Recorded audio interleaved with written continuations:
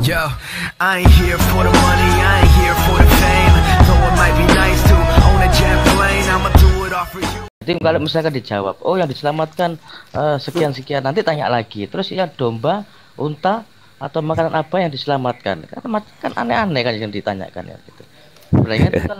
Iya, enggak, tujuan saya hanya mau mencari tahu apakah yang ada di dalam Bahtera Nuh yang diselamatkan itu hanya menggunakan satu bahasa atau berbagai macam bahasa orang-orang yang di situ. Begitu loh, supaya ketahuan nanti.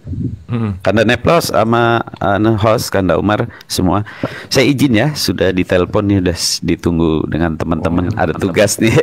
Siap Ustadz.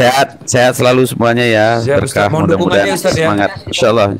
Saya dengan Mualim Umar nanti mau buat buku ini, bahwa bahasa pertama bahasa Arab nanti dibenarkan oleh Alkitab, Torah, kan begitu, arkeologi, ilmuwan. Insyaallah. Amin. Ya.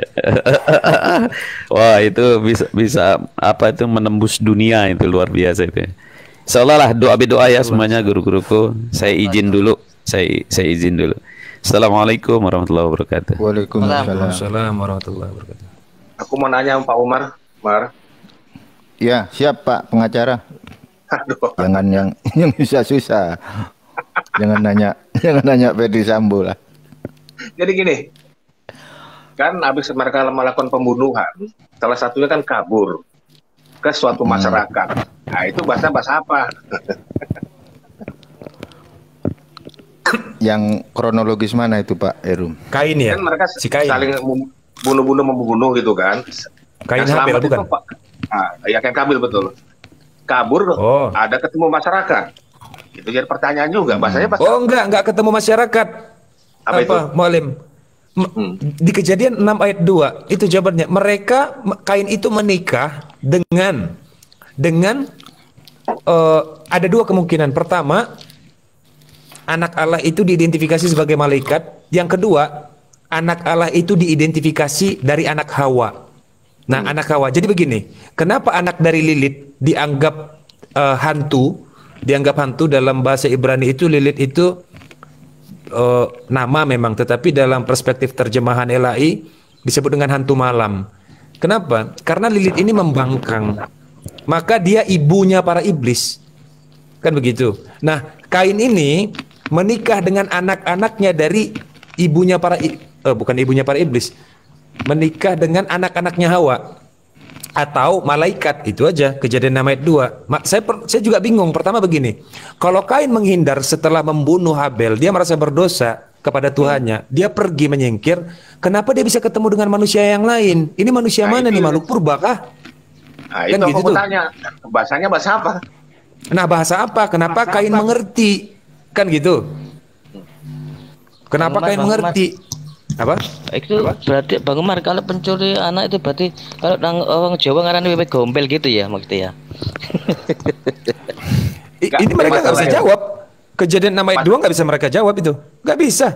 Mereka hanya mengatakan ada kemungkinan di dalam Mazmur, di dalam Ulangan, ya ada kemungkinan bahwa yang dinikahi oleh si Kain ini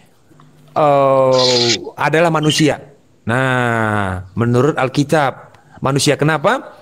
Karena Yesus berkata malaikat itu tidak menikah. Jadi mustahil yang dinikahi oleh Kain itu adalah malaikat, melainkan manusia. Siapa manusia ini? Kenapa perempuan-perempuan itu dianggap bukan anak-anak Tuhan? Ada apa? Apakah ini anaknya Lilith? Kan gitu. Atau ini makhluk purba? Kan nggak mungkin kalau makhluk purba, berarti kita pendekatannya udah pendekatan arkeologi lagi.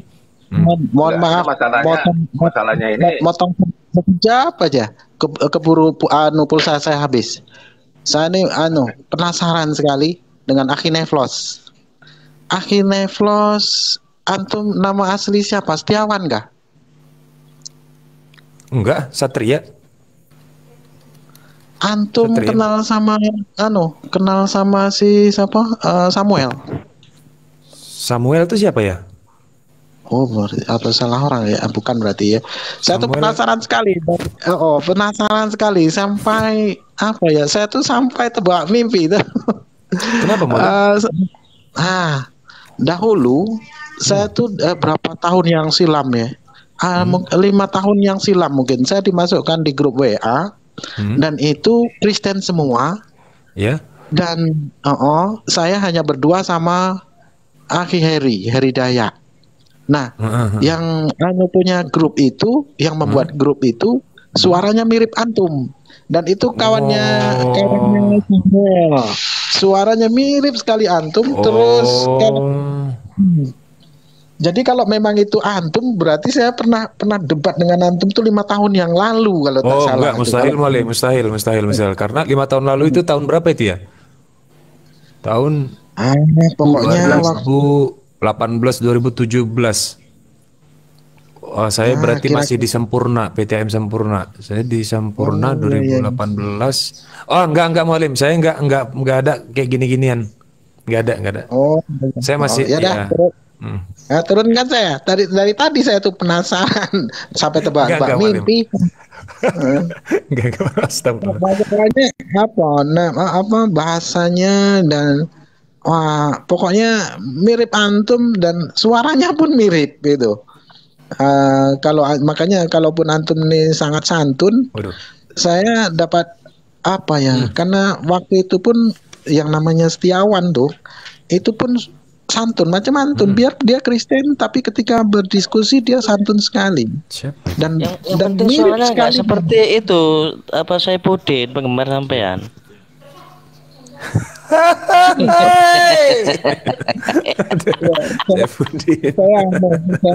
Saya gembalanya Saifuddin. Oke, saya diturunkan gantian. Tadi memotong, mohon maaf sekali. Padahal seru nih tadi. Mudah-mudahan tidak buyar konsentrasi. Saifuddin sampai turun Ustaz. Nah, nanti saya nih. Tinggal sekaratnya saja nih. Ya dah, lanjut. Mohon maaf ya. Barakallah. Terima kasih. Wassalamualaikum warahmatullahi wabarakatuh. Oke, aku lanjut. Masalah bahasa ini jadi perdebatan di orang Kristen juga, karena apa pertama bahasa yang mereka masyarakat itu di waktu ketemu oleh Kain di suatu daerah itu jadi masalah juga. Ada pendeta menjawab karena umurnya Adam itu ribuan lah, aku nggak tahu ya. Itu termasuk bagian dari masyarakat Adam juga kata mereka gitu. Namun logika aku nggak masuk. Ya, aku mau tanya Umar, bahasa apa Umar? Nah, jadi gini, ya, coba ada kitab raksasa. Saya nggak tahu, nanti Mualim Umar itu yang tahu tuh, kitab raksasa namanya. Jadi menceritakan tentang raksasa giant yang bernama Goliat, atau saya nggak tahu itu. Nah, seolah-olah ada indikasi, termasuk yang membangun menara Babel atau yang membangun piramid di masa Ramses keberapa itu saya nggak tahu. Itu adalah monster-monster itu. Kalau ada yang mengatakan bahwa piramid itu, batu besar itu dipahat, itu saya harus berubah jadi ayam dulu baru percaya. Harus berubah jadi ayam dulu. Imhotep, seorang arsitektur yang canggih, dia bahkan para ilmuwan sepakat mustahil di zaman itu ada arsitek yang begitu hebat, gitu ya, begitu hebat. Ketika tubuh manusia hanya berkisar sekitar 180 sampai 250 cm. Kan begitu. Sehingga mereka bisa mengukir batu itu begitu simetris. Begitu simetris piramid itu. Nah, ada kecurigaan, ini kan hanya sekedar asumsi saja, bahwa ya bisa jadi ada indikasi Kain menikah dengan makhluk-makhluk itu yang jelas bukan manusia sehingga melahirkan, nah ini bibit-bibit ini kan, monster-monster ini yang kelak akan dibinasakan oleh Tuhan di masa Bahtera Nuh, di zamannya Noah, di zaman Noah. Kenapa Noah harus diberikan mukjizat dia bisa bicara dengan hewan? Sulaiman, kan begitu. Nah, ini yang diselamatkan oleh Noah ini. Apakah memang benar-benar memiliki satu jenis bahasa? Pertama itu. Yang kedua, kalau 7 orang yang selamat di Bahtera Nuh, lalu kemudian mereka berkembang biak, mereka kawin mawin di situ, lalu tersebar ke seluruh pelosok bumi, mustahil mereka bisa membangun bahasa baru. Mustahil. Saya lebih percaya, bukan iman saya ya, tapi saya lebih percaya bahwa bahasa mereka dikacaukan. Memang itu betul. Bahasa mereka dikacaukan. Nah, masuk ke pendekatan arkeologi. Salah satu ilmuwan mengatakan begini, seandainya ada 100 manusia yang diletakkan di dalam hutan mulai dari bayi sampai mereka dewasa, ada nggak kemungkinan mereka menciptakan bahasa? Dan kalaupun ada mereka menciptakan bahasa, berapa tahun mereka bisa menciptakan bahasa itu? Kemungkinannya lama, ribuan tahun. Kemungkinannya lama sekali, ribuan tahun. Mereka hanya bisa mendengar suara-suara seperti burung, mereka berkicau, mendengar suara lolongan anjing, mereka akan menggonggong. Kayak begitu. Mendengar suara kera, mereka akan teriak-teriak, kak, kayak oten-oten itu lagi kejang-kejang. Mustahil. Jadi dalam kurun waktu 10.000 tahun, Adam katanya ada di bumi 10.000 tahun yang lalu. 10.000 tahun yang lalu. Jumlah bahasa di dunia berapa? 7.400 bahasa. Mungkin nggak dengan kurun waktu 10.000 tahun yang lalu, itu belum termasuk peristiwa Bahtera Nuh ya, bisa menciptakan 7.400 bahasa? Mustahil. Mustahil. Mustahil itu. Menurut saya mustahil. Kalau masalah bahasa itu ya kita berdasarkan agama Islam aja lah. Kuciptakan orang bersuku-suku bangsa, laki-laki dan perempuan agar saling mengenal dan bergaul. Udah rencana Allah itu semuanya. Nah, yang mengajarkannya siapa? Itu ahlu jarat itu. Ahlu jarat ya. Nah, saya curiga juga ini iblis ini bisa ngomong sama Adam. Ini pakai bahasa apa sebenarnya? Saya juga bingung ini sebenarnya. Kan bahasa preman. Bahasa ini enak nanti ini kalau ketemu dalilnya ini. Mas Efros, urgennya apa sampai ngerti bahasa nih iblis tak manusia. Enggak, supaya nanti gini, supaya memperkuat ini aja sih, memperkuat teori yang masih belum jelas gitu ya, bahwa bahasa Arab itu bahasa surga, kan gitu ya. Jadi bahasa dibenarkan oleh Bible, dibenarkan oleh Turah, ya kan, dibenarkan oleh kitab-kitab yang dianggap orang suci itu, kan gitu. Siapapun itu, gitu loh. Nah, tapi ya siap-siap di penjara kan, itu dia konsekuensinya. Aku belum jawab nih sama Umar. Tunggu, Umar jawabannya apa Umar? Umar? Ya kalau bahasa pertama ya emang perdebatan itu Pak Heru. Karena dalam Jewish perspektif itu bahasa suci. Bahasa suci itu apa gitu. Iya, kan gitu. Oke, kalau Menara Babel yang ku tangkap ini ya, mereka kan sejak mendirikan menara mau menemukan Tuhan itu kan. Pada akhirnya mereka dikacaukan bahasanya. Aku sih berpendapat mereka saling tidak mengerti apa arti Tuhan itu sebenarnya penafsiranku. Akibat kayak sekarang noten-noten nih, ribut masalah Tuhan aja sampai sekarang nggak selesai-selesai. Itu aja masalahnya. Ada yang ku tangkap itu Menara Babel gitu. Urusannya Bang, gak selesai salah dewe kan gitu. Antara Oten itu lah iya urusannya aja nggak selesai.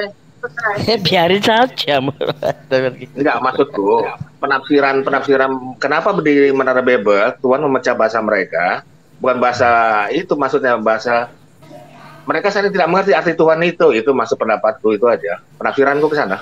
Babilonia itu diambil dari kata Babel, betul ya? Betul, di Nabukadnezar yang melakukannya. Betul ya? Baik. Coba buka seksagesimal itu datang dari mana?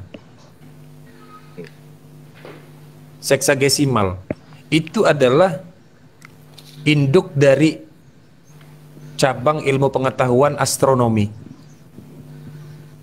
Astronomi. Jadi membahas soal alam semesta.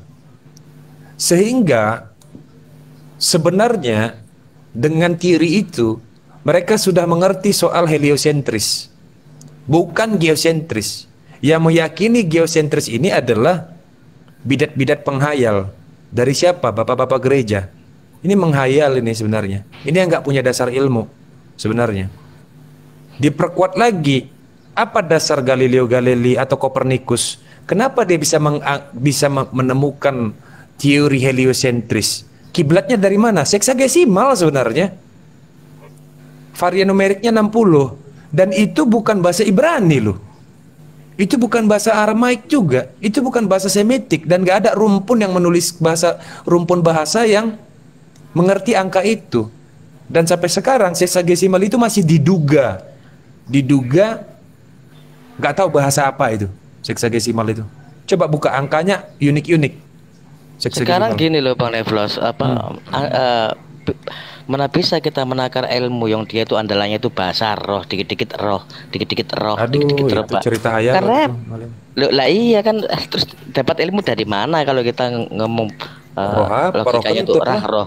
Lah itu. Roh kentut, males saya ngobrol kalau bahasa roh itu.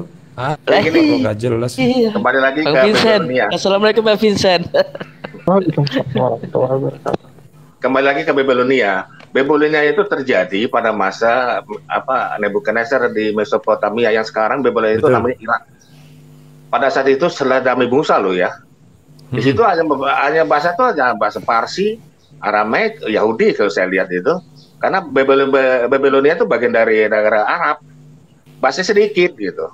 Nggak banyak bahasanya. Setelah Nabi Musa itu. Nah, jadi ada pertempuran antara Yahudi dengan Nebukadnezar. Itu jadi masalah. Dan Babylonia itu tepatnya di Irak yang sekarang, Babel. Jadi menurutku ketidakmengertian bahasa itu menurut penafsiranku ya karena nggak ngerti bahasa Tuhan aja, itu aja pendapatku. Bahasanya nggak banyak sana, itu aja. Gimana menurut pendapatmu Vincent, mantan mualaf, mantan Kristen? Bisa. Gimana? Monggo Pak Vincent. Kita searching pun di Google sekarang, oten matanya harus melotot. Agama apapun itu, ateis manapun itu, matanya harus melotot. Buka mata lebar-lebar sampai keluar kalau perlu biji mata itu. Buka di Google bahasa kosakata terbanyak di dunia, kosakata siapa? Bahasa Arab. Nah, bahasa Arab, kalau memang kosakata Arab itu adalah hasil pencurian, hasil serapan, kenapa dia bisa buat kosakata yang tidak pernah dimiliki oleh orang? Dan dia menyerap itu dari mana? Harusnya ada induknya dong, kalau memang kata serapan. Ternyata banyak sekali bahasa-bahasa Arab yang tidak memiliki kata serapan. Tidak ada serapan dari manapun. Maka otentik dan identik, dia otonom, dia berdiri sendiri. Orang yang menyatakan bahwa ada kemiripan bahasa Aramaik, Semitik, ya termasuk Ibrani dan Arab itu ada kemiripan, itu sudah pakai iman. Udah pakai iman. Orang yang cuma diskusi pakai iman, itu suntik mati aja, gak usah disuruh dialog. Suntik mati. Gak nyambung lah. Kan gitu, kita kan harus logis berpikir. Nah, 12 juta, 12,3 juta coba dulu. Coba runut kalau memang ini adalah bahasa pencurian, serapan dari mana ini? Totalnya 12,3 juta ini.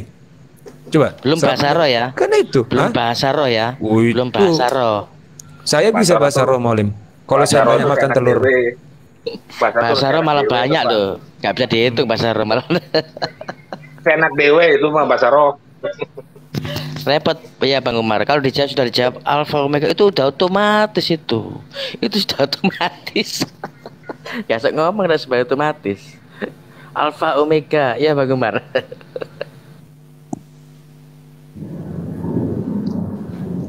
Assalamualaikum. Ya, waalaikumsalam warahmatullahi wabarakatuh. Wih, ini benar-benar sangat menarik ini bahasannya itu.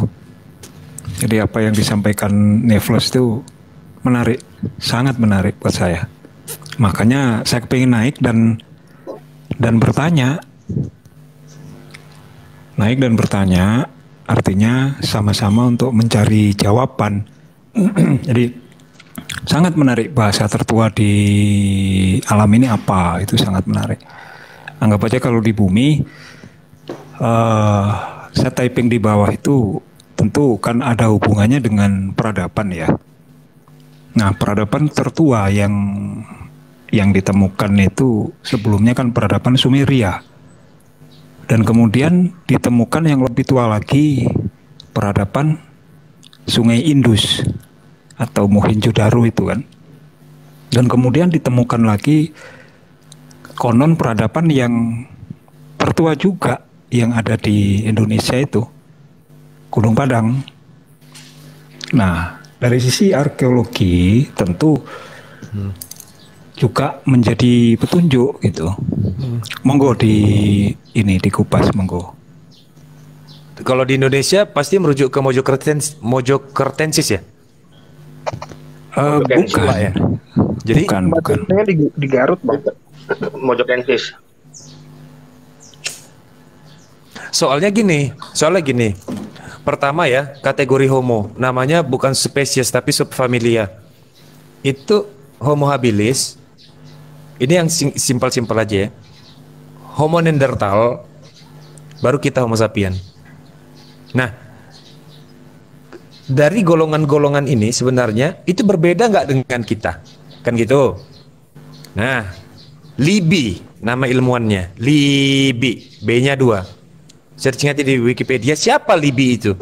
Libby itu adalah satu fisikawan yang menemukan formula C14. Karbon. Ya, 7 proton, 7 neutron. Untuk mencari tahu senyawa radiokarbon, menentukan pertanggalan yang mana peluruhannya per satu senyawa itu 4.000 tahun. Oke, itu panjang nanti babnya. Ditemukan 3 tengkorak. Pertama, habilis. Dari sisi kromosom, genetika sama nggak dengan Homo sapien? Kan gitu. Ternyata terputus mata rantainya. Enggak. Terputus mata rantainya. Kenapa? Diagnosanya adalah tempurung kepala belakang itu mustahil, yang biasa kita pakai tempat amigdala namanya. Amigdala, mustahil dia disimpan di tempurung yang sebesar itu. Amigdala itu tidak mengecil dan tidak membesar. Mustahil, tidak seperti itu. Maka terputus mata rantainya. Ketika dikatakan otak berevolusi, gitu ya. Berarti Homo habilis batal. Secara kromosom X dan kromosom Y tidak kena dengan kita Homo sapien, batal. Sekarang Neanderthal. Neanderthal tuh ada berapa? Berapa lama? 300.000 tahun. Nah, 300.000 tahun yang lalu Homo Neanderthal namanya. Itu banyak bukunya itu. The Neanderthal of ini segala macam lah. Banyak itu yang para arkeolog itu. Iya, paham. Kiprahnya ke Neanderthal pasti. Nah, Neanderthal memenuhi syarat. Syaratnya itu perbedaannya adalah mereka nomaden, hetero. Mereka nomaden dan hetero. Sedangkan kita sudah menetap. Perbedaan antara Homo sapien yang sudah memiliki kecerdasan dan membangun peradaban, ternyata letak perbedaannya itu hanya bicara soal kebiasaan saja. Kebiasaan yang nomaden tidak dipakai lagi oleh Homo sapien. Homo sapien sudah mengerti soal wilayah, sudah mengerti soal teritori. Itu Homo sapien, kecerdasan. Nah, bercocok tanam sekarang. Apakah Neanderthal sudah mengerti cocok tanam? Sudah. Siapa bilang belum? Sudah, bukan Homo sapien, jangan bermimpi. Dan itu ada datanya, Zark penulisnya. Nah, ternyata Neanderthal 300.000 tahun yang lalu ditemukan di salah satu gua di Jerman, ya. Ada tengkorak-tengkorak melalui senyawa melalui uji C14. Ternyata fosil-fosil itu sudah berusia sekitar 150.000 tahun yang lalu. Dan Neanderthal punya kebiasaan yang diduga mereka, setiap mereka sudah merasa sakit, mereka sudah merasa mau mati, mereka pasti ke gua. Mereka pasti ke gua. Supaya apa? Supaya bangkainya tidak dimakan oleh hewan-hewan seperti burung pemakan bangkai mungkin, atau hewan-hewan karnivor lainnya. Di gua itu mereka dipercaya oleh para arkeolog, mereka punya ritual, kebiasaan. Apa itu? Memberikan bunga-bunga di tempat bangsa mereka mati. Bangsa mereka mati itu ditaruh bunga-bunga di situ supaya tidak bau, nggak tahu lah entah apa. Dan mereka menanam emas-emas, ya kepingan-kepingan emas di dinding-dinding gua. Timbul pertanyaan baru. Saya pernah bertanya itu, kapan sebenarnya emas ini disepakati bernilai? Kapan emas ini disepakati bernilai? Kapan deh sebenarnya? Siapa yang membentuk kesepakatan ini? Kalau memang zaman dahulu tukar-menukar transaksinya, kapan mereka sepakat? Emas itu benda berharga. Balik lagi ke peradaban yang dulu, Mesir Koptik kah, bangsa Sumeria kah? Ternyata tidak ditemukan. Ini panjang ini ceritanya nih, panjang. Jadi singkatnya adalah, itu nanti pembahasannya luas deh. Singkatnya adalah saya, dari semua yang saya baca ini, mungkin ya Tuan Guru nanti kalau salah dikritik, setelah saya kumpulkan, dugaan saya kuat sekali bahwa bahasa Arab itu adalah bahasa pertama. Itu yang pertama. Yang kedua, Adam itu bukan 10.000 tahun yang lalu di sini, di bumi ini, bukan 10.000. Saya prediksi mungkin ya sementara ini 300 sampai 500.000 tahun yang lalu. Adam itu. Ya, saya lebih saya lebih cenderung juga seperti itu. Izin Bang Evlos, boleh saya nambahin nggak Bang? Kan Siap. nambahin sih.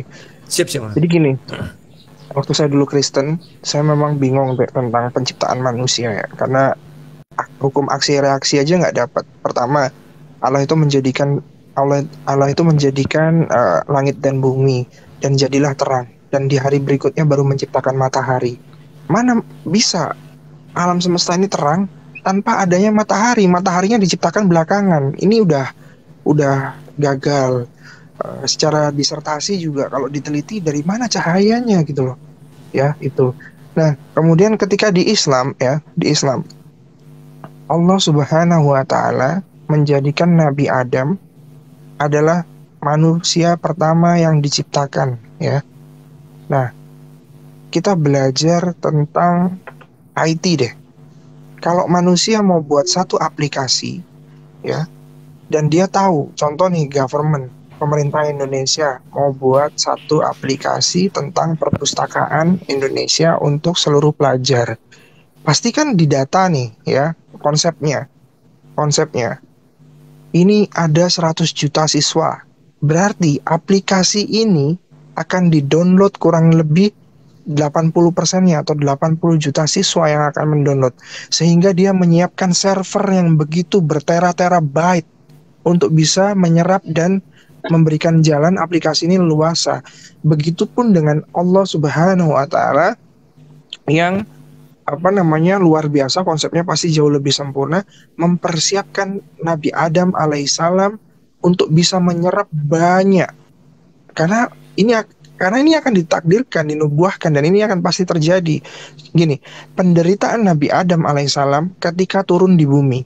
Karena apa? Karena di surga itu semua sudah disiapin. Mau makan datang, ya. Mau minum datang sendiri dia. Kampung halaman kita pertama itu di surga. Kita jangan mau tinggal di dunia ini, harus balik ke surga. Sebagaimana kampungnya Nabi Adam alaihissalam. Tapi kalau Oten kan bilangnya tidak mau. Amin, insyaallah. Tapi kalau Oten kan Nabi Adam bukan nenek moyang, kan gitu. Saya bingung. Nah, ya. Sehingga ketika Nabi Adam ini turun di bumi, penderitaannya dimulai. Nabi Adam ini diajarkan bahasa yang luar biasa. Nah, kenapa Bang Nevlos bilang bahasa Arab bahasa pertama? Karena begini, di bahasa Arab itu terdapat sebutan begini. Ada singa jantan muda, itu sebutannya ada. Singa jantan tua, sebutannya ada. Singa jantan yang masih bayi itu ada. Semua lengkap. Begitupun yang dengan betina. Dia untuk laki-laki ada, dia untuk perempuan ada, yang kecil ada, yang ini. Jadi Nabi Adam ini diajarkan bahasa yang begitu detail. Karena dia manusia pertama dan malaikat yang mengajarkan. Dan DNA-nya Nabi Adam bukan DNA ya, sebenarnya memory size otaknya itu harus bisa menyerap bahasa yang luar biasa itu, karena dia akan menurunkan DNA kepada anak-anaknya. Dan Nabi Adam diajarkan caranya menanam oleh malaikat, sehingga dia mau makan itu harus menunggu dari biji-bijian yang malaikat ajarkan, menunggu sampai itu panen lalu dia makan. Itu awal penderitaannya Nabi Adam ketika diusir dari surga. Nabi Adam banyak diajarkan malaikat-malaikat. Salah satunya tentang bahasa. Bahasa mana yang paling banyak kosakatanya? Bahasa Arab. Berarti bahasa Arab adalah bahasa induk. Nah, nanti diadopsi dari turunan-turunan ini, membuat satu komunitas, membuat bahasa slang. Saya dulu sekolah, ya ada muloknya bahasa Mandarin, karena sekolah swasta. Ya, kalau kita terapkan bahasa Mandarin ke Mandarin, orang Cina daratan dulu bingung. Apa yang diajarin di sekolah kita ini Cina daratan tuh bingung. Karena Pak, di sana ada bahasa slangnya, nggak bahasa baku gitu. Ya itu udah diserap masalahnya. Sama kayak kita belajar bahasa Arab, bahasa santri ya, bahasa apa namanya, bahasa pesantren itu bahasa bakunya. Ketika kita umroh, coba ngomong pakai bahasa yang diajarkan di pesantren, banyak orang Arab yang bingung karena komunitasnya sudah membentuk satu komunitas. Dia akan menyerap bahasa slang, bahasa gaul. Ini bahasa Surabaya dibawa ke Malang, bahasa Jawanya dibolak-balik. Induknya itu Bang Nevos. Saya hanya menguatkan ini sih statementnya Bang Nevos, kalau bahasa Arab bahasa pertama. Saya itu teman-teman, Bang Nevos teman-teman, Bang Umar, saya izin turun dulu ya, mau sarapan. Siap, mulia. Oke. Pada intinya gini, saya mungkin bisa pesan-pesan sedikit lah gitu. Tolong dijaga kaum-kaum muslim, jangan sampai teman-teman muslim saling berseteru, salah paham. Selesaikan. Aku monitor, Pak. Secara hukum aku monitor. Soalnya masalah buat saya. Ya, untuk Mas Vincent, innallah tuhriful mi'at, bahwa Allah tidak akan mengingkari janjinya. Itu aja. Assalamualaikum warahmatullahi wabarakatuh. Waalaikumsalam warahmatullahi wabarakatuh. Sekarang aku mau tanya, Allah itu aslinya bahasa apa? Wah, itu pertanyaan final itu. Ketika jadi KBBI, Allah berasal dari bahasa Arab. Allah itu kalau kepingin tahu bahasa apa nama Tuhan itu, cobalah lihat penjelasan dari Profesor Menachem Ali, banyak itu. Ya. Aku setuju. Kalau menurut Menachem Ali itu bersumber dari Yahweh juga, sama sifat dan simpata. Apa sih? Apa ada sifat-sifat maupun bukan bersumber, Bang, bukan bersumber. Apa? Jadi sama. Jadi ya, karena kalau kita menyebut nama Yahweh kan digabungin orang Israel, makanya dibentuk bahasa Allah itu. Intinya begitu aku tangkap dari Menachem Ali. Artinya itu makanya sebenarnya bukan berasal dari Yahweh, bukan. Coba cari di ini penjelasannya, lengkap kok itu. Pada waktu ya, Profesor Menachem Ali di Malaysia itu. Ya. Saya simpan dokumennya itu. Ya. Yang saya tangkap intinya. Kenapa? Iya. Iya Bang, lanjutin Bang. Iya. Kalau soal apakah nanti Allah itu bahasa apa? Ya, kalau sekedar menduga-duga bahwa tentu Allah itu adalah bahasa yang diperkenalkan oleh Adam kepada anak-anaknya. Itu yang pertama. Apa bahasa Adam pertama? Nah, ini nanti yang sedang coba tak pretelin begitu ya, tak lihat-lihat gitu dalam-dalam, bahwa saya juga punya kecurigaan tetap bahasa Ibrani, bahasa Semitik, bahasa Aramaik, selain daripada bahasa Arab, itu adalah bahasa yang dimurkai oleh Tuhan, bentuk laknat yang paling nyata itu. Siapa yang bilang itu? Kejadian 6 ayat 2. Kok Kejadian 6 ayat 2 lagi? Salah kan jadinya kan? Kejadian 11 ayat 7. Kok ayat lagi? Kejadian 11 pasal 11 nomor 7. Kan gitu. Cuman kan belum kuat intinya. Nah, cuman tadi saya menarik, ada yang bilang ereksi. Jadi gini. Kita pakai data lain. Tidak data-data yang bersumber dari teologi. Jadi, afford itu sebenarnya artinya bekerja. Bukan menyembah. Bekerja. Apakah memang benar Adam ini diturunkan ke bumi untuk bekerja? Diubah katanya menjadi menyembah kan? Bagi orang-orang yang membuat klaim doktrinal, diubah katanya menjadi menyembah. Pendekatan yang lain. Nah, pendekatan arkeologi. Ada satu, bukan fragmen namanya, bukan petroglif, tetapi bukan artefak, apa ya namanya, benda-benda kuno, prasasti kuno, ya, yang di situ ada 4 patung dengan kepala segitiga yang sedang memegang tanah liat, ya, itu memegang tanah liat, dan itu dipercaya sebagai bangsaan. Apa bangsaan? Bangsaan ini adalah bangsa dunia atas. Lalu ada yang kedua, bangsa Ki. Bangsa Kie namanya. Itu apa? Dunia bawah. Nah, menurut salah satu penulis yang memberanikan diri membuat satu film besar yang akhirnya dicekal oleh seluruh dunia. Judul filmnya apa? Saudara-saudara, apa judul filmnya? Yang dicekal di seluruh dunia apa judul filmnya? Nephilim. Bukan. Anunnaki. Nah, Anunnaki. Dari tulisan Anunnaki, ya, dari catatan penulis ini, Afod artinya bekerja. Bangsaan mengatakan kepada bangsa Ki, mari kita ciptakan, perhatikan ya, mari kita ciptakan budak-budak kita untuk menjaga sumber daya alam kita. Apa sumber daya alam kita? Emas. Sehingga emas disepakati, kenapa manusia tahu emas itu adalah benda berharga?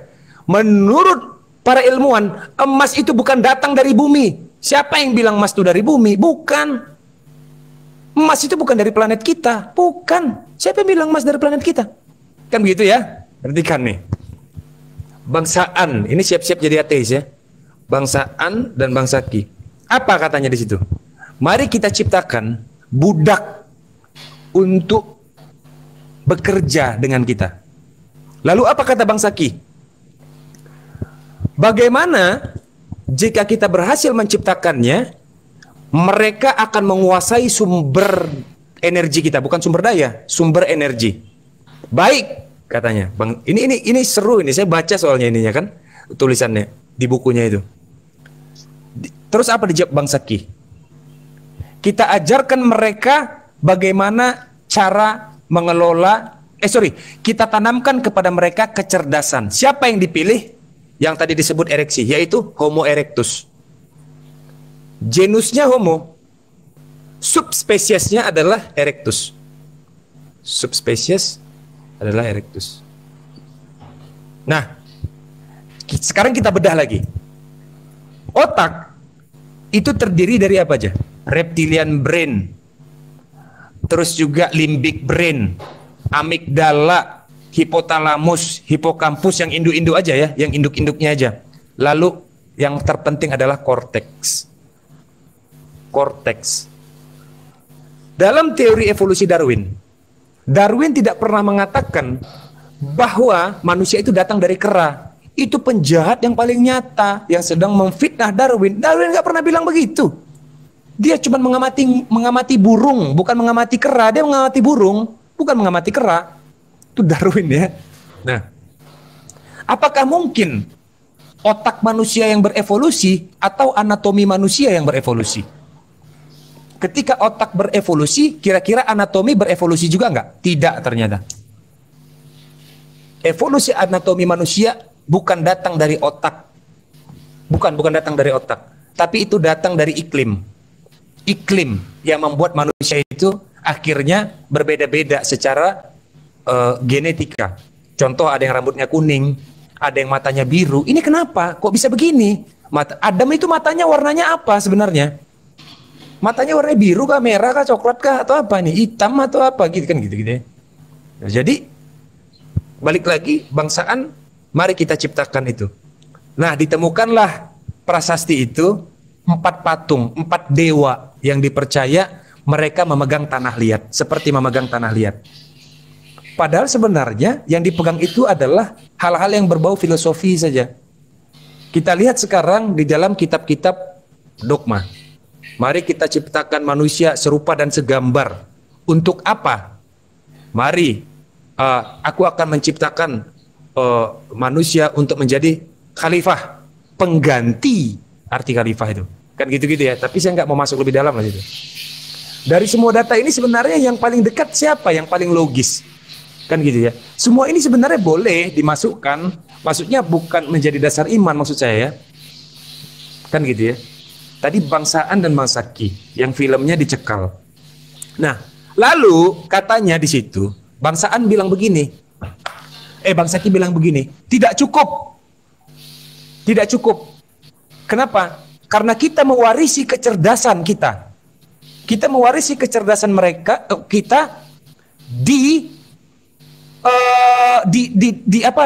dalam mutasi genetika Homo erectus. Kan gitu. Ini kan cerita-cerita yang dianggap dongeng toh. Kan begitu ya, cerita-cerita yang dianggap dongeng. Mustahil gitu. Mereka akan mengancam, baik kata bangsaan. Mari kita ciptakan dogma, keyakinan bahwa kita ada tetapi itu bukan kita. Apa namanya istilah yang kita pakai? Tuhan. Tuhan untuk mengelola sumber daya energi. Tuhan. Gitu ya. Nah, ini Mualim Umar gimana? Mau diteruskan kayak ini nanti sesat pula lagi, semua orang percaya pula nanti lagi nih. Gimana Mualim? Enggak apa-apa. Lanjut. Itu Gak apa-apa, edukasi. lanjut. Kan ada teori yang mengatakan manusia itu berasal dari alien, enggak apa-apa. Lanjut aja, biar Itu kita akan untuk berpikir. mengkanter para ateis. Itu Ya. narasi ateis. Narasi ateis, betul. Tuhan, diciptakan ini Tuhan. Nah, kembali kepada sejarah. Diajarkanlah si Homo erectus ini bercocok tanam. Ditanamkanlah chip atau mungkin senyawa yang nggak tahu saya entah senyawa apa itu namanya, sehingga Homo erectus ini menjadi cerdas. Ada warisan yang dititipkan di situ. Nah, kita lihat apa tanda-tandanya bahwa warisan itu bekerja. Apa tanda-tandanya bahwa warisan itu bekerja? Kan gitu ya. Kecerdasan itu ada jelas kecerdasan. Sehingga dengan kecerdasan itu manusia menjadi kolektif, bekerja sama. Kolektif bekerja sama. Walaupun membentuk koloni, tetapi mereka tidak sekompleks hewan. Contoh, koloni semut, koloni singa, koloni hewan-hewan yang punya koloni. Tidak sekolektif. Ditulis oleh siapa? Profesor Yuval Noah Harari. Prof. Yuval Noah Harari. Dalam bukunya apa? Sapien Grafis. Apa di situ dikatakan? Seandainya satu simpanse dan satu manusia diletakkan di dalam hutan, siapa yang lebih mungkin untuk bertahan hidup? Ternyata simpanse yang menang. Simpanse yang menang. Ketika diletakkan 100 ekor simpanse jantan dan betina di hutan, lalu diletakkan 100 manusia laki-laki dan perempuan di hutan di waktu yang sama, kira-kira siapa yang bisa bertahan? Ternyata, iya betul. Ternyata simpanse itu chaos. Kacau dia, bunuh-bunuhan. Itu perbedaan antara simpanse dengan manusia sebagai makhluk kolektif. Mereka bisa bekerja sama, membentuk satu kesepakatan, baik secara lisan atau tulisan, kita nggak tahu lah ya. Intinya itu. Dan itu bentuk kecerdasan yang diwarisi oleh bangsaan, kan gitu ya, bangsaan. Diperkenalkanlah emas di situ. Diperkenalkanlah emas adalah sesuatu yang penting, ditanam di kepala mereka. Kita lihat dulu, kapan emas disepakati menjadi nilai yang berharga? Ternyata para arkeolog sepakat Neanderthal sudah mengerti emas. Lebih dulu Homo erectus daripada Neanderthal. Lebih dulu Homo erectus daripada Neanderthal. Neanderthal sudah tahu emas. Dan mereka menanam-nanam emas itu di dinding-dinding gua mereka. Kita kan heran, kok bisa ya ada emas satu sisi di sungai. Di gua juga, di dinding gua ada, di gunung ada, di lahar ada. Terus di bawah tanah ada. Di Indonesia ada, di mana-mana ada emas ini. Heran saya. Kok bisa? Sebesar apa berarti meteorit yang menabrak bumi itu sehingga emas itu pecah kemana-mana? Kan gitu ya. Ini gimana ini? Zamannya dinosaurus dulu itu mungkin Bang ya? Mungkin. Kayaknya ya. Kan gitu. Nah, disebutlah Tuhan di situ. Tuhan. Karena kecerdasannya, mereka membuat satu hal yang memang melekat, yaitu apa? Spirit. Itu juga yang diberikan oleh bangsaan. Nah, apa kata Bang Saki di situ? Bagaimana jika seandainya mereka akhirnya sadar dan mereka bisa lebih pintar dari kita? Apa kata bangsaan? Tidak. Kenapa? Karena kami akan memilih nantinya, memilih siapa-siapa saja yang dikehendaki di dalam mutasi genetikal mereka. Baik, kita lihat faktanya. Coba perhatikan. Seluruh komposer-komposer dunia yang luar biasa pintarnya, itu idenya datang dari mana itu menciptakan lagu sekompleks itu? Dan kenapa identik laki-laki yang menjadi legendaris, ya, komposer yang menjadi legendaris, bukan player. Kalau player banyak, komposer itu bentuk yang paling nyata tingkat kejeniusan seseorang, kan gitu. Bukan dari hanya bicara soal teknologi saja, tidak, kan gitu. Yang dapat Nobel tuh, yang dapat Nobel itu. Kenapa ada perbedaan di situ? Ada perbedaan orang yang betul-betul jenius, IQ-nya tinggi, ada yang betul-betul idiot, contohnya Oten. Kenapa itu bisa ada perbedaan itu? Itu datang dari mana? Mustahil hanya karena makan ikan goreng, nggak mungkin. Masa gara-gara makan ikan goreng jadi idiot? Kan nggak masuk akal itu.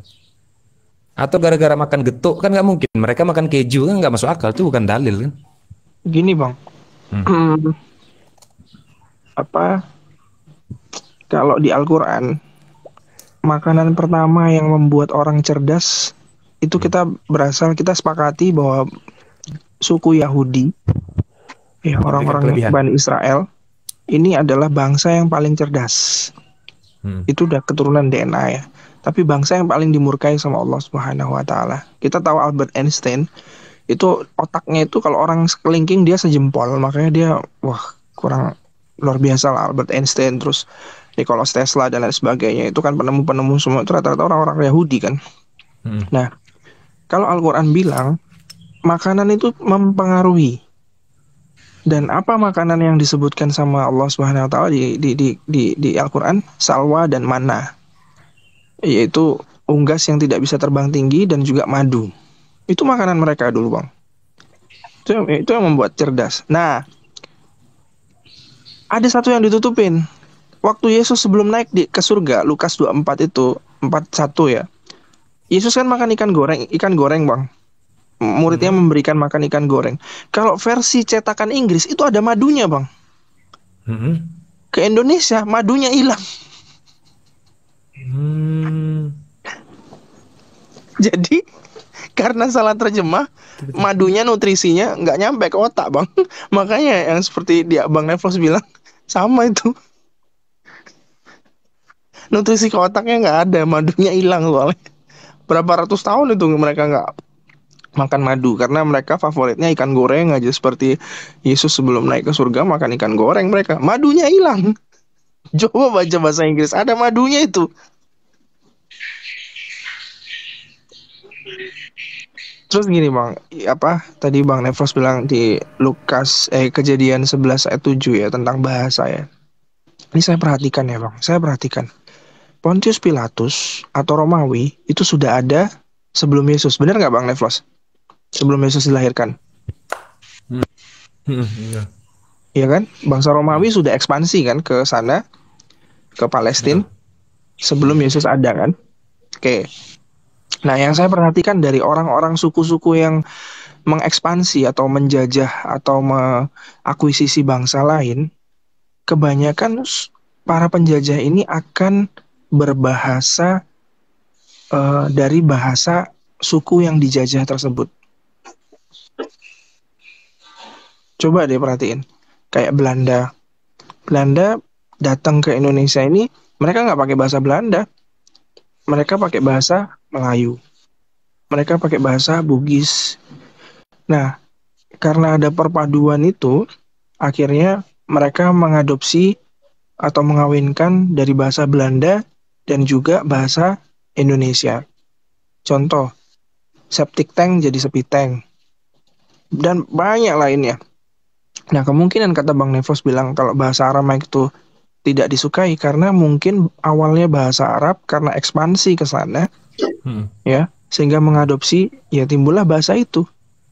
Dan ini ibaratnya Pontius Pilatus berbicara dengan rabi-rabi Yahudi pakai bahasa apa?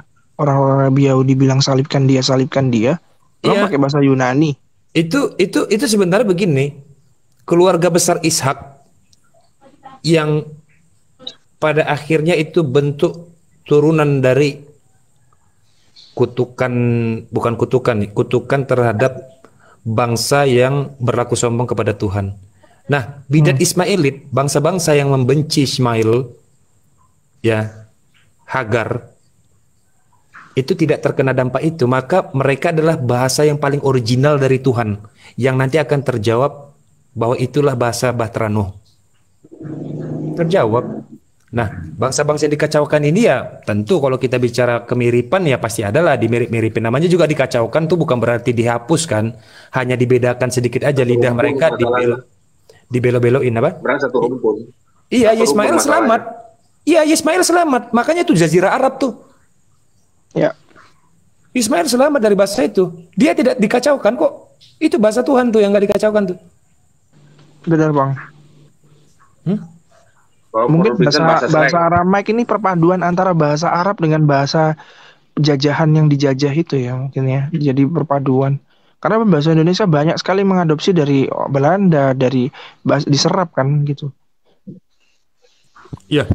Banyak diserap. Kapan si Ismail ini belajar bahasa Arab berarti? Kalau memang dia bukan menggunakan bahasa Arab, bahasa bapaknya Ibrahim. Kan gitu. Emangnya Hagar pinter apa? Hagar emang Siti Hajar sepintar itu, sejenis itu kan nggak mungkin. Ketemu kok nanti di situ. Sebenarnya menurut saya ya.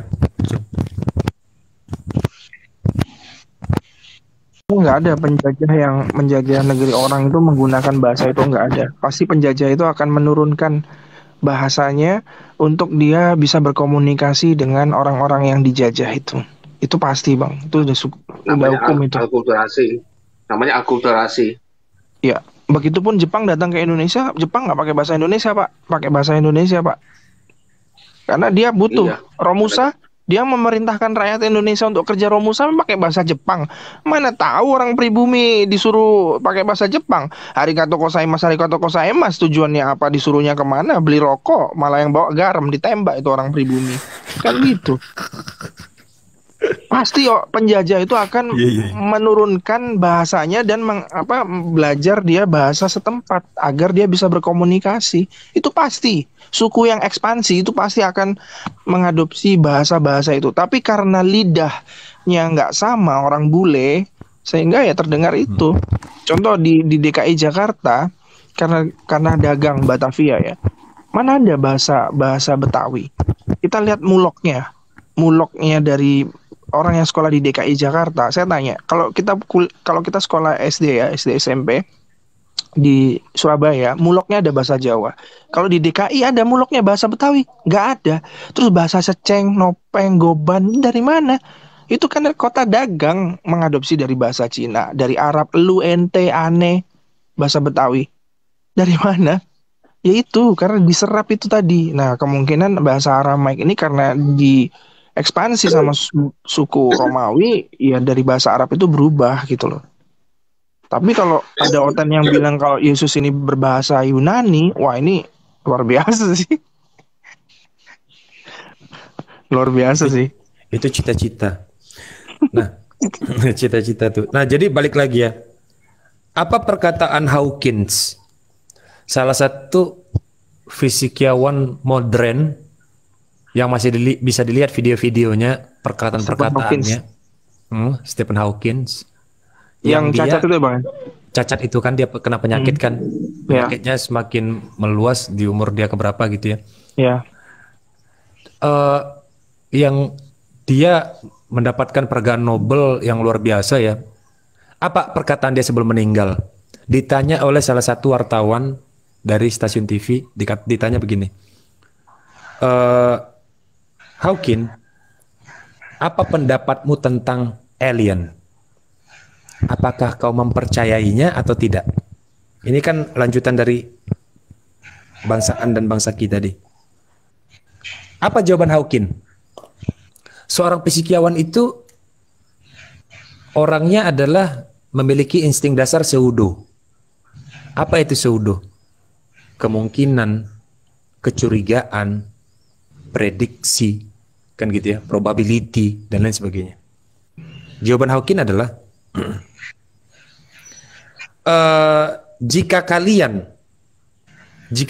suatu saat nanti mendapati sinyal dari tempat yang tidak kalian ketahui, yaitu luar angkasa, maka kalian jangan pernah mencoba untuk menjawabnya atau mendekatinya. Kata Hawkin, gantung jawabannya, nggak jelas nih Hawkin ini.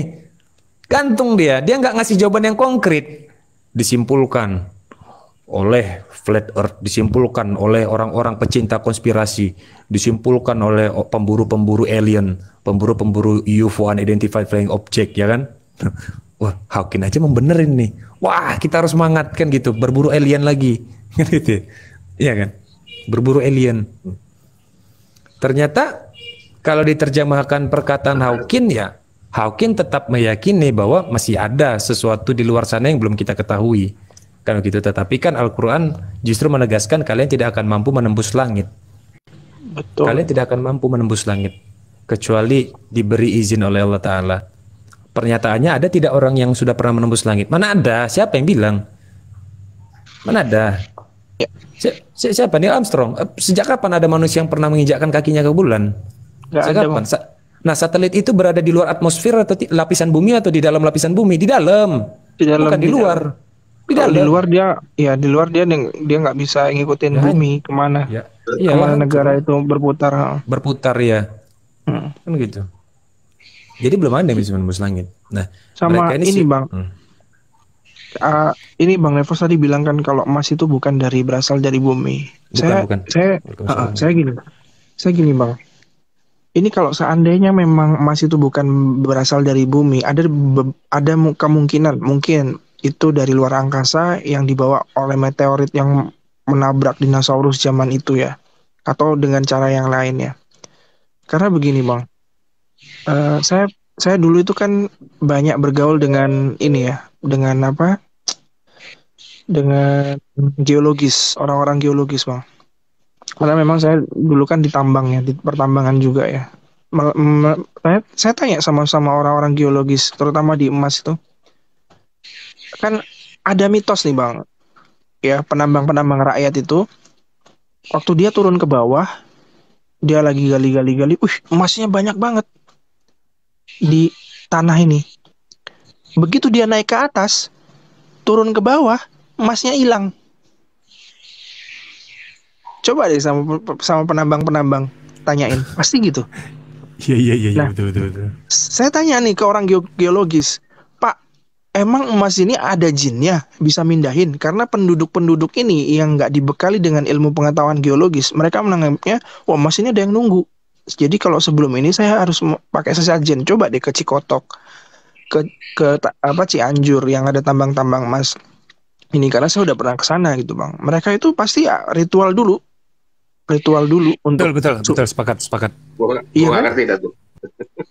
Itu ritual dulu. Karena gitu Bang, karena banyak ditemuin ketika dia turun ke bawah, dia nemuin bongkahan emas, naik ke atas hilang itu, padahal di tempat yang sama, dicari nggak ada, digali-gali lagi nggak ada gitu. Saya tanya nih ke orang-orang geologis, kenapa begini? Karena ada dua ya, emas ini ada dua. Yang pertama harta korun itu emasnya udah jadi itu berarti ditempa, sudah ada atom-atom logam lain yang menyatu sehingga dia nggak ini. Tapi kalau emas yang murni itu dia melekat pada kulit bumi. Sedangkan kulit bumi ini bergerak Bang. Sebagaimana Al-Quran bilang, kulit bumi ini bergerak sehingga emas ini sporadis dia mengikuti itu. Bukan emasnya yang hilang, tapi emas ini menempel. Nah, kalau kita belajar dari meteor yang menabrak bumi itu, batunya itu, serpian-serpiannya itu akan menyatu dengan kulit bumi yang bergerak itu. Sebagaimana Allah berfirman, gunung-gunung itu jalan. Buktinya di Papua kemarin gunungnya pindah nutup jalan. Nah, emas itu ikut ke situ Bang. Kalau aku begini, aku juga pernah di tambang emas ya. Di situ aku megang ada batu, sekarang saya simpan seperti urat berjalan dia itu. Iya, betul Pak. Itu seperti urat berjalan, sporadis dia. Seperti nadi-nadi kita, urat nadi berjalan. Iya. Dia seperti Cuman darat. dasarnya dari motor, aku juga masih bingung, Mak. Kalau nabrak hancur bumi ini. Gimana? Kan Allah sudah bilang di Al-Qur'an kalau bumi ini di bawah bergerak. Ya, assalamualaikum warahmatullahi Wassalamualaikum warahmatullahi wabarakatuh. wabarakatuh. Ini enak bahasannya nih. Kebetulan ada juga nyangkut ke geologinya gitu ya. Karena memang apa namanya, Ko Vincent betul itu bahwa apa namanya, kulit bumi itu selubung di lapisan bumi itu kan ada 7 lapisan ya. Ya. Nah ini ada 7 lapisan, ada selubung, ada selimut bumi, dan kemudian sampai kepada inti bumi gitu kan. Nah kalau emas ini kan hanya di lapisan, kalau berdasarkan keilmuan secara geologisnya itu kan hanya di lapisan pertama gitu kan, di kulit luar. Nah kulit luar ini juga, inilah yang ada namanya lempeng ya, lempeng benua, dan kemudian lempeng apa namanya, saya udah lama sih nggak bahas geologi, soalnya saya juga tamatan di 2006 ya, sampai sekarang nggak pernah dipakai lagi. Jadi ada namanya apa, ini kayaknya perlu belajar lagi nih. Coba Ko Vincent pancing dulu kok. udah lama nggak bahas itu sih. Gimana Bang? Apa namanya, ketika terjadi pembentukan gunung gitu kan, pembentukan gunung itu ada dia apa namanya, lempeng benua, dan kemudian lempeng lautan gitu kan, lapisan kulit apa namanya, dasar lautan itu ketika bertemu dengan apa istilahnya itu yang menyebabkan terjadinya kepulauan-kepulauan, dan kemudian ada yang namanya, iya, saya lupa sama saya lupa. Iya, karena gini, ini ada hubungannya gini. Iya, lempeng tektonik, betul. Iya, lempeng tektonik. Jadi ini ada hubungannya kenapa di Indonesia tidak ditemukan fosil dinosaurus. Karena fosil dinosaurus itu terjadi sekian juta tahun. Sedangkan bangsa Indonesia ini baru muncul, baru terbentuk dari gunung-gunung itu tadi, terbentuk pulau itu nggak sampai dari sekian juta tahun, hanya ratusan ribu tahun. Jadi bangsa Indonesia ini, makanya kenapa di Sukabumi, di bukit-bukit ditemukan gigi megalodon, karena awal Indonesia ini ada di bawah laut. Betul.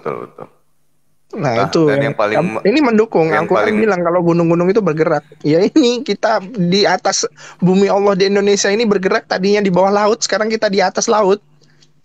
Lagi tenggelam lagi kan.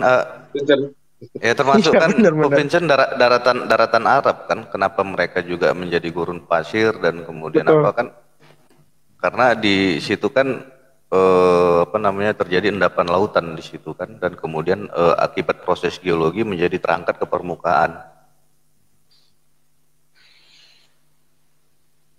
Seperti di apa namanya, beberapa ada gurun Sahara, kalau berdasarkan kita lihat fosil-fosilnya itu kan banyak ditemukan fosil-fosil plankton yang hidupnya itu di zaman bahkan sampai ratusan juta tahun begitu kan, kalau kita nganalisis secara apa namanya, fosil ya. Nah ini di Mazmur juga dikuatkan nih, kalau gunung-gunung melompat-lompat seperti domba jantan dan bukit seperti anak domba, tuh kan berarti gunung ini jalan gitu, sama dia seperti itu. Silakan lanjut Bang. Ya saya kayaknya perlu refresh lagi nih masalah geologi. Dan terus kemudian yang paling apa itu kan, kenapa terjadinya proses apa namanya, proses pergerakan seperti benua Afrika dan kemudian benua Asia terjadi proses saling menjauhi gitu kan, dan kemudian ada juga benua apa yang prosesnya saling mendekati sehingga terjadi pegunungan Himalaya kan gitu kan. Itu kan akibat terjadi proses gerakan yang saling mendekati antara benua Asia dengan benua Eropa ya, Gunung Himalaya ya. Tapi kan apa namanya pergerakannya itu hanya sekitar ada yang 1 cm per tahun, ada yang 0,8 cm per tahun gitu kan kalau Betul. berdasarkan keilmuan secara geologi gitu. Nah, ketika terjadinya Gunung Himalaya, artinya kan proses itu terjadi begitu lama begitu kan? Pegunungan Himalaya dan kemudian pegunungan Everest gitu. Udah banyak apa sih? Udah banyak. Udah nggak pernah lagi baca literasinya gara-gara kuliahnya di situ, kemudian kerjanya di tempat lain gitu kan. Dari geologis ya. Iya, saya geologi ITM. Angkatan 98. Ya Bang.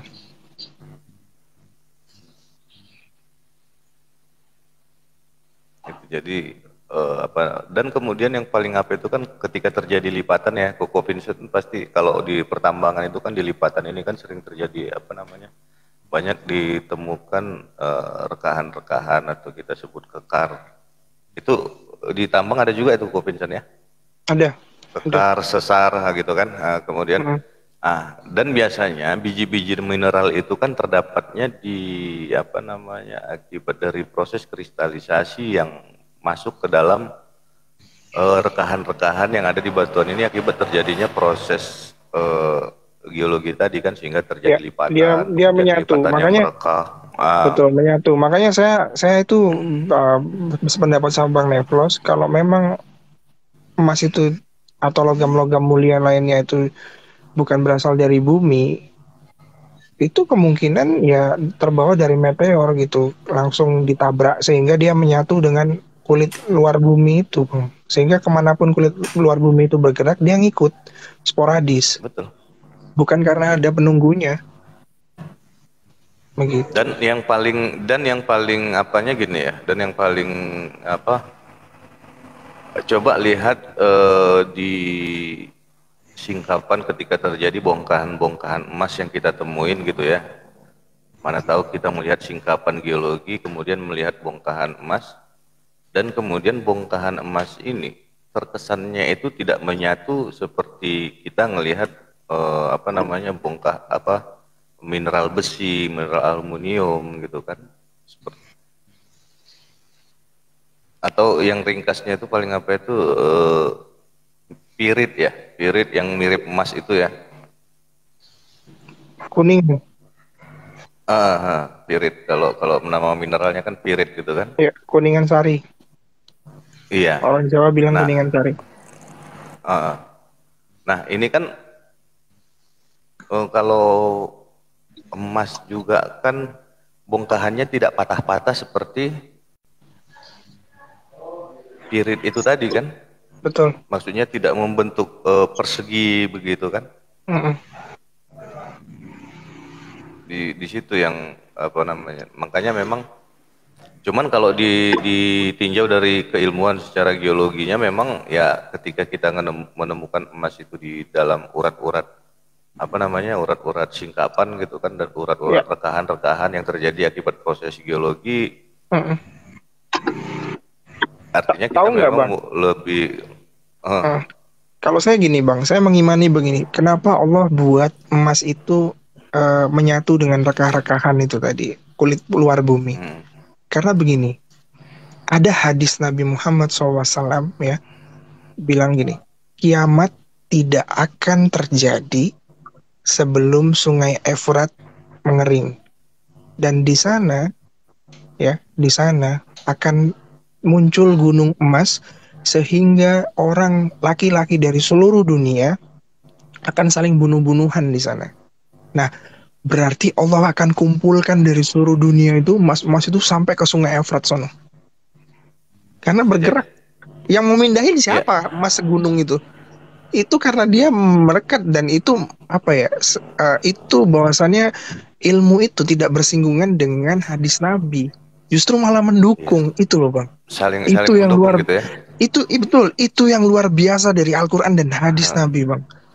Jadi saya mikir kenapa ya emas ini bergerak ya? Kenapa nggak Allah tetapkan ya gitu ya? Saya mikir Oh iya, hadis Nabi ini di belakang ini ada sungai Efrat nih akan timbul gunung. Berarti Allah akan gerakkan itu emas semua, yang menyatu dengan menyatu dengan apa namanya itu ke kulit bumi yang di lapisan luar itu. Apa sih namanya saya bang kalau kulit bumi dikumpulkan di sungai Efrat semua di situ emasnya, sehingga terjadi emas bergunung-gunung itu. Makanya emas kan nggak pernah habis bang. Nggak pernah.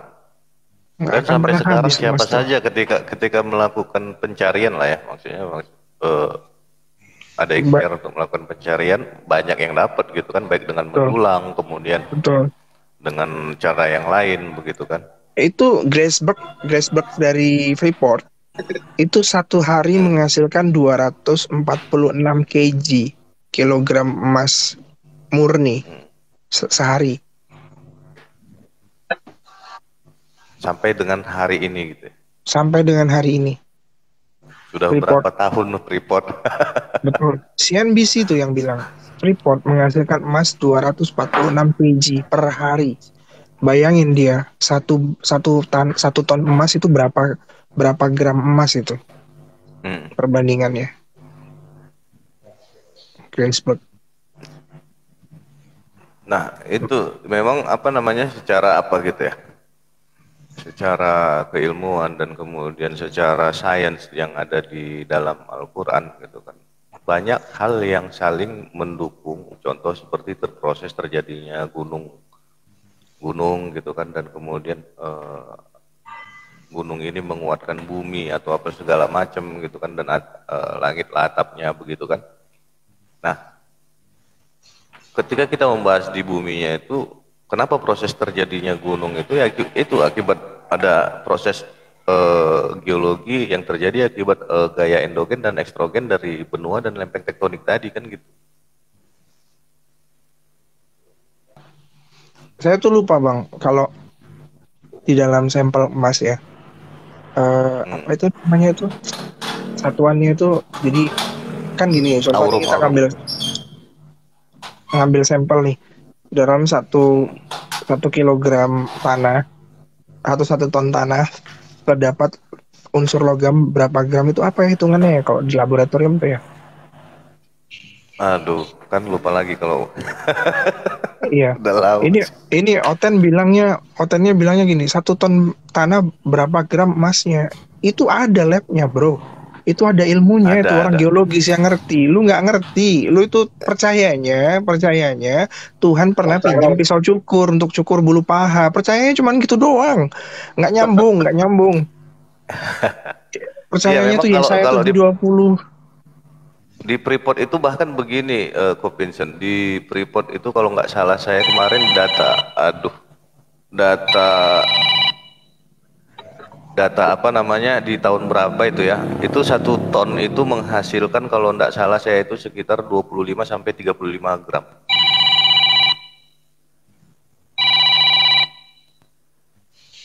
sampai 35 gram 1 ton pada masa itu. Cuman saya lupa kalau istilah ilmiahnya ya, perbandingan antara 1 ton dengan apa itu. Betul.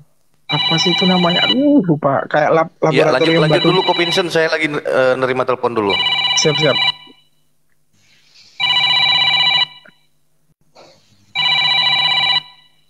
Lanjut dulu Ko Vincent, ada telepon masuk. Siap. Ini. Saya nerima telepon dulu. Jadi Bang Nevlos, ternyata kitab suci itu mempengaruhi pengikutnya, mempengaruhi motivasi orang untuk cara kerangka berpikirnya, mempengaruhi orang itu untuk untuk memulai dan mencari sehingga dia menimbulkan penemuan. Contoh nih Bang Nevlos ya, contoh. Kalau arsitek dari pesawat terbang itu beragama non-muslim ya, tentu semangat dia untuk menemukan satu penemuan, contoh pesawat terbang, Pak B.J. Habibie lah. B.J. Habibie ini, kalau dia non-muslim, dia akan berpikir begini, mungkin ya, kemungkinan, jangan-jangan nih, dia bisa menemukan teori atom yang ada di pesawat terbang, maksudnya struktur atom, dia bisa menghitung sampai ke atom, bahwasannya supaya tidak terjadinya patahan atau retakan. Karena pesawat itu dulu kan dibuatnya kuat pakai besi tapi ada retakan. Kalau sekarang kan dibuatnya lebih ringan tapi dia bisa tahan terhadap retakan dengan fiber itu tadi kan, bahannya fiber dan apa gitu campurannya pesawat itu, terutama di sayap dibuatlah ringan, lentur. Kalau dulu kan ya besi, ya Pak B.J. Habibie buatnya seperti itu. Bayangkan kalau dia non muslim dan dia mempercayai di langit-langit itu ada tiang karena hardiknya, pasti akan terganjal di dalam hatinya, gua nemuin pesawat yang canggih ini, ya, yang meminimalisir kecelakaan kerja pesawat jatuh karena terjadinya patahan atau crack, ya. Tapi ujung-ujungnya kalau gua membuat pesawat ini lebih besar, lebih bagus, lebih cepat dengan jet dan membawa ratusan penumpang, tiba-tiba nabrak tiangnya langit, apa nggak gua membunuh orang? Pasti tuh ilmuwan terganjal itu, Bang.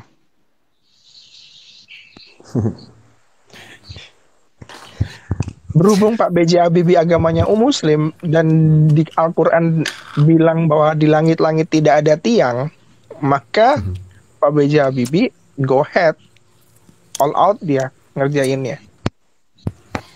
Ya, gini sih sebenarnya kalau Oten-Oten itu punya cita-cita bahwa para ilmuwan-ilmuwan klasik diidentifikasi beragama Kristen, seolah-olah dia percaya pada Tuhannya Oten, itu mimpi. Lagi-lagi kalian hidup dalam mimpi. Ilmuwan-ilmuwan itu justru membantah Bible kalian. Kenapa? Salah satu bukti bahwa pertama, sains itu nggak peduli dengan agama, ya, nggak peduli. Kalau dia baca Bible, mustahil dia bisa mengembangkan ilmu pengetahuan, mustahil itu fakta. Kedua, Albert Einstein saking ateisnya Albert Einstein itu,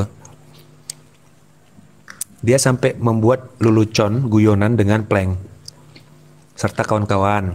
Saya izin ya sambil makan es krim ya, Bang Vincent. Siap.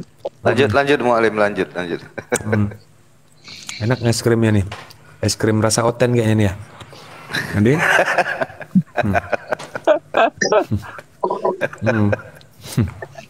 Jadi apa kata Einstein? Sebelum mereka membuat big project yang bernama dualisme kuantum, itu kata Einstein, Tuhan tidak bermain dadu. Tuhan tidak bermain dadu. Kenapa? Karena mereka merasa tertipu sama cahaya. Satu. Yang kedua, ini ada yang lucu nih, untuk lucu-lucuan aja. Ternyata film-film yang Oten-Oten kagumi itu di tahun 90-an yang diproduksi oleh Jepang, Dragon Ball, itu bukan tentang Yesus. Perhatikan lirik lagunya. Apa lirik lagunya? Mbak. Orang kan datang dan akan kembali. Kehidupan kan jadi satu, ya kan? Wih, padang masyar banget ya kan? Di kehidupan. Yang kedua, semua akan jadi lebih indah. Siapakah yang dapat melaksanakan? Sekarang berusaha mewujudkannya, gitu kan? Baru lihat nih liriknya. Mereka berpikir, oh Yesus nih. Baru cahaya cinta perlahan menyilaukan. Itulah mimpi kehidupan kedua. Mimpi itu dari mana datangnya, gitu kan? Ya. Jawabnya ada di ujung langit. Siapa yang identik membicarakan cahaya kan gitu? Kita ke sana Iya. dengan seorang anak. Wah, Yesus percaya diri lagi. Oh, ini pasti anak domba kan gitu. Cocok lagi. Iya, cocok lagi ya. Cocok Lalu Yesus. anak ada seorang anak, terus jawabannya ada di ujung langit. Kita ke sana dengan seorang anak yang tangkas dan juga pemberani. Oh, siapa yang paling berani? Bertarunglah Dragon Ball. Emang Yesus pernah bertarung, Bos? Gak pernah lah. Hah? Orang Yesus itu diuber-uber sama tentara Romawi aja dia gemeteran berdoa di Taman Getsemani. Mimpi kalian, Den. Orang Jepang aja salut Iya. kok. Ya, jadi memang di antara nabi itu kan banyak, ada Nabi Sam'un yang bertarung dan kemudian Nabi Muhammad ya baginda Rasulullah SAW.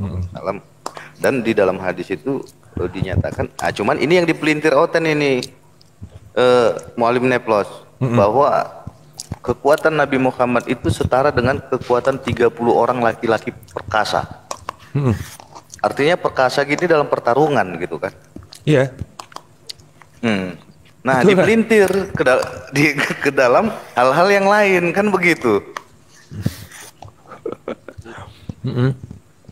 Nah, Nabi Muhammad itu kenapa dia dinyatakan sebagai manusia, bukan orang yang luar biasa dalam hal fisik gitu kan? Ketika kena tebas pedang luka juga kok. Siapa? Gigi Nabi Muhammad giginya Oh, ya? patah. Giginya patah, gerahamnya patah. Nggak ada kan Nabi Muhammad merengek kan? Tuanku, kenapa kau tinggalkan aku? Kan nggak ada. Iya, nggak ada. Waktu gerahamnya patah, langsung ngeluh.